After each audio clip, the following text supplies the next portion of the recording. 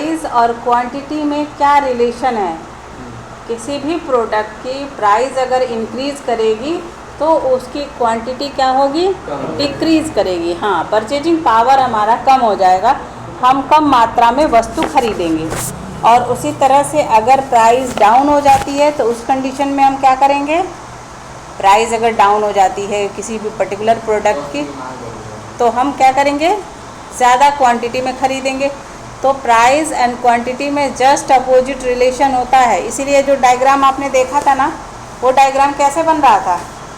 याद करिए, प्राइस और क्वांटिटी का जो रिलेशन था वो डाउनवर्ड स्लोपिंग बन रहा था ना। याद है, हमने ब्लैक बोर्ड पे बनाया था कि वो बिल्कुल डाउनवर्ड स्लोपिंग जा रहा है, प्राइस एंड क्वांटिटी का रिलेशन। तो ये हम लोग कंप्लीट कर चुके हैं। आज हम लोग देखेंगे इनकम डिमांड, यानी कि इनकम का हमारे डिमांड पे क्या इफ़ेक्ट पड़ता है, यानी हमारे पॉकेट में पैसा बढ़ रहा है और घट रहा है तो उस कंडीशन में हमारी परचेजिंग पावर पे क्या इफ़ेक्ट पड़ रहा है। अब आइए, सपोज़ करिए आपके पास पैसा ज़्यादा है, पैसा कहीं से आपके पास एक्सेस आ गया, तो उस कंडीशन में आपकी परचेजिंग पावर क्या होगी? बढ़ेगी या घटेगी? बढ़ेगी। मतलब आपकी परचेजिंग पावर आपकी इनकम के ऊपर डिपेंड करती है। यहाँ तो प्रोडक्ट का प्राइस के ऊपर डिपेंड कर रहा था और प्राइस आप नहीं निर्धारित करते हैं। पूरा मार्केट की प्राइस हम और आप नहीं निर्धारित करते हैं, बल्कि मार्केट की डिमांड एंड सप्लाई के ऊपर डिपेंड करता है। ये हमारे कंट्रोल में नहीं है। यहाँ ये हमारे कंट्रोल में है कि आप इनकम अपनी ग्रो करिए और परचेजिंग पावर अपनी बढ़ाइए। और जब आपकी परचेजिंग पावर बढ़ेगी तो आपकी डिमांड ऑटोमेटिकली इंक्रीज़ कर जाएगी। ठीक है, तो इनकम डिमांड, इनकम बढ़ने से हमारी डिमांड बढ़ जाती है और इनकम घटने से हमारी डिमांड क्या होगी? घट जाएगी। तो इनकम बढ़ी तो ऑटोमेटिकली हमारी डिमांड क्या हो गई? बढ़ गई। यानी इनकम अगर हमारा प्लस हुआ तो डिमांड क्या हुआ? प्लस हुआ ना। इनकम प्लस हुआ, बढ़ना का मतलब प्लस का मतलब होता है बढ़ना। इनकम हमारी बढ़ी तो यानी डिमांड हमारी ऑटोमेटिकली क्या होगी? बढ़ गई। और अगर हमारी इनकम माइनस हुई यानी लेस हुई, कम हुई, तो हमारी डिमांड क्या होगी? ऑटोमेटिकली माइनस में चली गई। यानी यहाँ एक पॉजिटिव रिलेशन आपको दिख रहा है भाई, एक प्लस हो रहा है तो दूसरा भी प्लस हो रहा है, एक माइनस हो रहा है तो दूसरा भी माइनस हो रहा है। तो इसी रिलेशन को हम बोलते हैं इनकम डिमांड। ठीक है, अब देखिए, इनकम डिमांड में दो तरह के प्रोडक्ट आते हैं। एक तो सुपीरियर या नॉर्मल गुड्स बोलते हैं, सुपीरियर और नॉर्मल। सुपीरियर का मतलब ही होता है जो बेटर क्वालिटी के गुड्स हों। बेटर क्वालिटी यानी अच्छी क्वालिटी के गुड, ब्रांडेड प्रोडक्ट। मान लीजिए आप कोई ब्रांडेड प्रोडक्ट यूज़ कर रहे हैं भाई, आपके जब आप कोई चीज़ परचेज करने जा रहे हैं तो उसमें भी तो कई तरह के प्रोडक्ट होते हैं ना। कुछ प्रोडक्ट ऐसे होते हैं जो बिल्कुल नॉर्मल होते हैं, आप अपनी लाइफ को सर्वाइव करने के लिए उसको खरीद रहे हैं ताकि आप सर्वाइव कर पाएँ, भोजन कपड़ा मकान, आपकी ये जो बेसिक रिक्वायरमेंट है वो पूरी हो जाए। तो वो सुपीरियर क्वालिटी के गुड्स नहीं होंगे, वो तो आप बस सर्वाइव करने के लिए कर रहे हैं ना। लेकिन अगर आप सुपीरियर ब्रांडेड कोई प्रोडक्ट यूज़ कर रहे हैं, सपोज़ करिए आप चाय की पत्ती ही यूज़ कर रहे हैं, तो चाय की पत्ती में भी ढेर सारे ब्रांडेड आते होंगे। तो आप नॉर्मल कोई चाय पत्ती यूज़ कर रहे हैं या फिर ब्रांडेड यूज़ कर रहे हैं, आपके पॉकेट में ज़्यादा पैसा है तो आप नॉर्मल प्रोडक्ट को यूज़ नहीं करेंगे, आप ब्रांडेड प्रोडक्ट को यूज़ करेंगे। होता है ना, सुपीरियर क्वालिटी के गुड्स को हम खरीदेंगे, अच्छी क्वालिटी के गुड्स को खरीदेंगे। फ्रूट्स जा रहे हैं खरीदने तो फ्रूट्स भी हम अच्छी क्वालिटी का खरीदेंगे, बेहतर से बेहतर सोचेंगे कि खरीदें। क्यों? क्योंकि हमारे क्या है, पॉकेट में पैसा ज़्यादा है। पैसा जब इंक्रीज़ होता है तो आपकी परचेजिंग पावर बढ़ गई, और परचेजिंग पावर बढ़ी तो हमने सुपीरियर क्वालिटी के गुड्स पे अपने पैसे को क्या किया? खर्च किया। ठीक है, बढ़े आगे। इन्फीरियर गुड्स, इन्फीरियर यानी खराब क्वालिटी के गुड्स। खराब का मतलब सड़ा गला से नहीं मतलब है, यहाँ नॉर्मल मतलब थोड़ा सा सुपीरियर, अच्छी ब्रांड से नीचे की बात आप कर रहे हैं। आप कोई भी प्रोडक्ट यूज़ करके आप सर्वाइव कर ले रहे हैं, आपके पास बहुत पैसा नहीं है, तो उस कंडीशन में हम क्या करेंगे? हम अपने बेसिक रिक्वायरमेंट को पूरा करने के लिए कोई नॉर्मल गुड्स खरीदेंगे। ये तो ह्यूमन नेचर होता है ना भाई। आपके पास पैसा आया, आप अभी मान लीजिए जो शर्ट पहन रहे हैं वो नॉर्मल कोई शर्ट पहन लेंगे, आप 500-700 की भी शर्ट पहन लेंगे। लेकिन जब आपके पॉकेट में पैसा आएगा तो आप किसी ब्रांडेड शोरूम में जाएंगे और वहाँ पे आपको 2000-2500 से नीचे की कोई शर्ट मिलेगी ही नहीं, उससे ऊपर भी जा सकता है। तो आप क्या करेंगे फिर? आप सुपीरियर और इन्फीरियर दोनों क्वालिटी के गुड्स को समझ गए। तो यही होता है इनकम के। तो यानी कि अब ध्यान दीजिए, यहाँ प्राइस से नहीं हमको कोरिलेट करना है, यहाँ अपनी इनकम से कोरिलेट करना है कि हमारी इनकम घटी और बढ़ी तो उसका हमारे डिमांड पे क्या इफ़ेक्ट पड़ा। ठीक है, इतना क्लियर हुआ? चलिए अब आइए क्रॉस डिमांड। देखिए क्रॉस डिमांड क्या कहता है क्रॉस डिमांड में क्या हम करते हैं कि हम एक्स एंड वाई प्रोडक्ट, दो तरह के प्रोडक्ट होते हैं, उन प्रोडक्ट को हम कंपैरिजन करते हैं। एक्स और वाई प्रोडक्ट को क्या करते हैं, कंपैरिजन करते हैं।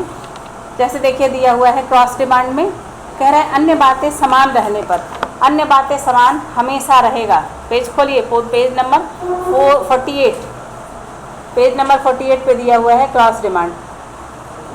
अब इसमें दिया है अन्य बातें समान रहने पर, सारी चीज़ें, ऑल थिंग्स बीइंग इक्वल, सारी चीज़ें, सारी परिस्थितियाँ बिल्कुल इक्वल रहेंगी।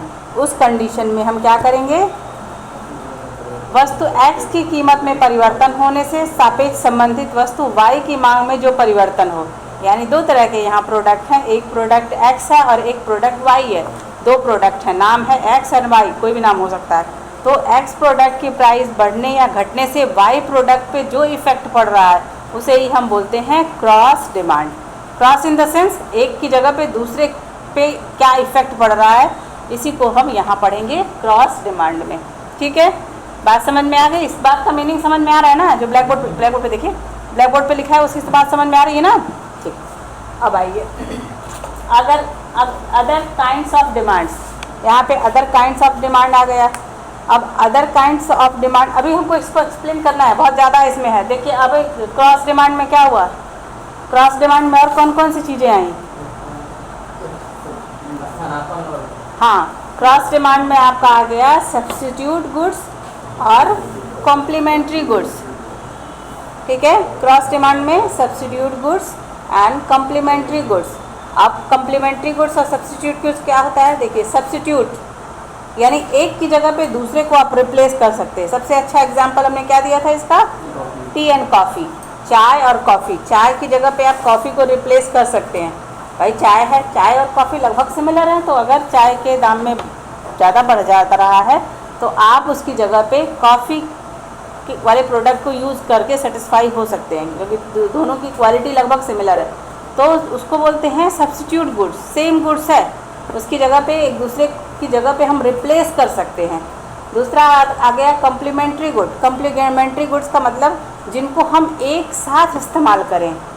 For example car and petrol, car और पेट्रोल कॉम्प्लीमेंट्री गुड्स है, क्योंकि जब हम कार खरीदेंगे तो पेट्रोल हमको डलवाना ही डलवाना है। ऐसा नहीं है कि कार की जगह पे पेट्रोल से काम चला लें या हम पेट्रोल की जगह पे कार से काम चला लें। अगर ऐसा होता तो वो कौन सा गुड्स होता? सब्स्टिट्यूट गुड्स होता। लेकिन दोनों के कॉम्बिनेशन को लेके चलना है, यानी दोनों को एक साथ लेके चलना है, तो उस तरह के गुड्स को क्या हम बोलेंगे? Complementary goods. मतलब क्रॉस डिमांड में हमको दो तरह के गुड्स पढ़ने हैं, substitute goods and complementary goods. अब आइए अदर काइंड्स ऑफ डिमांड में हम लोग पढ़ रहे थे ना। अदर काइंड्स ऑफ डिमांड देखिए, पहला है ज्वाइंट डिमांड। ज्वाइंट का नाम से क्या क्लियर हो रहा है? ज्वाइंट, बिल्कुल ज्वाइंट है। एक डिमांड अगर होगी तो दूसरी डिमांड ऑटोमेटिकली उसके साथ हो जाएगी। एक दूसरे के साथ जुड़ा हुआ, एक दूसरे के साथ जुड़ा हुआ। ज्वाइंट का मतलब नीचे सबसे लास्ट में देखिए ज्वाइंट डिमांड लिखा हुआ है ना। ज्वाइंट का मतलब एक दूसरे के साथ में जुड़ा हुआ। फॉर एग्जांपल इसमें भी कार एंड पेट्रोल का एग्जांपल ले सकते हैं। कार और पेट्रोल क्या है? ज्वाइंट डिमांड है।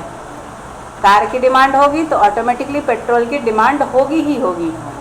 ठीक है, क्लियर हुआ? आगे देखिए ड्राइव डिमांड। ड्राइव डिमांड का मतलब क्या होता है? ड्राइव का मतलब होता है उत्पन्न होना, एक क्रिएट होना। फॉर एग्जांपल आप ले सकते हैं इसमें एग्जांपल, जैसे कपड़े की मांग बढ़ने पर, अगर कपड़े की डिमांड बढ़ जा रही है मार्केट में, किसी भी पर्टिकुलर क्लोथ की डिमांड अगर बढ़ जा रही है तो उसके उत्पादन में प्रयोग होने वाले जो मटेरियल हैं, रॉ मटेरियल हैं, उसकी डिमांड क्या होगी? ऑटोमेटिकली बढ़ जाएगी, बढ़ेगी ना। अगर कपड़े की डिमांड बढ़ रही है तो कपड़े की डिमांड ज्यों ही बढ़ेगी त्यों उसके साथ जो भी मटेरियल यूज़ होगा कपड़ा बनाने में, जैसे कॉटन हो गया, कलर हो गया, ये सब की डिमांड ऑटोमेटिकली बढ़ जाएगी। एक बढ़ा तो एक कपड़े की डिमांड, लेकिन कपड़े की डिमांड के साथ साथ और भी डिमांड उत्पन्न हो जाएगी, यानी कॉटन की, कलर की, जो उसमें केमिकल और यूज़ होंगे, वो सब चीज़ों की डिमांड ऑटोमेटिकली क्या होगी? इंक्रीज़ कर जाएगी। तो ये होता है ड्राइव डिमांड या व्युत्पन्न डिमांड। बात नहीं। अगला देखिए कंपोजिट डिमांड। कंपोजिट का मतलब भी होता है सामूहिक, ये भी एक तरह से एक साथ कई रिक्वायरमेंट को पूरा करेगा। सपोज करिए बिजली, इलेक्ट्रिसिटी है, तो उस तरह की डिमांड को हम बोलते हैं कंपोजिट डिमांड, यानी एक डिमांड हमारी, एक प्रोडक्ट हमारी कई रिक्वायरमेंट को पूरा करेगा, उसको क्या बोलेंगे, composite demand. For example electricity, बिजली, बिजली से सिर्फ पंखा ही नहीं चल रहा है, और बहुत सी डिमांड्स आपकी क्या हो रही हैं, फुलफिल हो रही हैं। तो इसलिए इस तरह की डिमांड को हम क्या बोलते हैं, कंपोजिट डिमांड। समझ में आया? ज्वाइंट डिमांड का example car and petrol, drive demand का एग्जाम्पल क्लोथ, कपड़े, और कंपोजिट डिमांड का इलेक्ट्रिसिटी। ठीक है, एग्जाम्पल जब आप याद रखेंगे ना तो ऑटोमेटिकली आपका डेफिनेशन भी आप चाहेंगे तो उससे लिख लेंगे, उसका मीनिंग भी लिख लेंगे। ठीक है, क्लियर हुआ? यहाँ तक में कोई प्रॉब्लम हो तो बोलिए आप।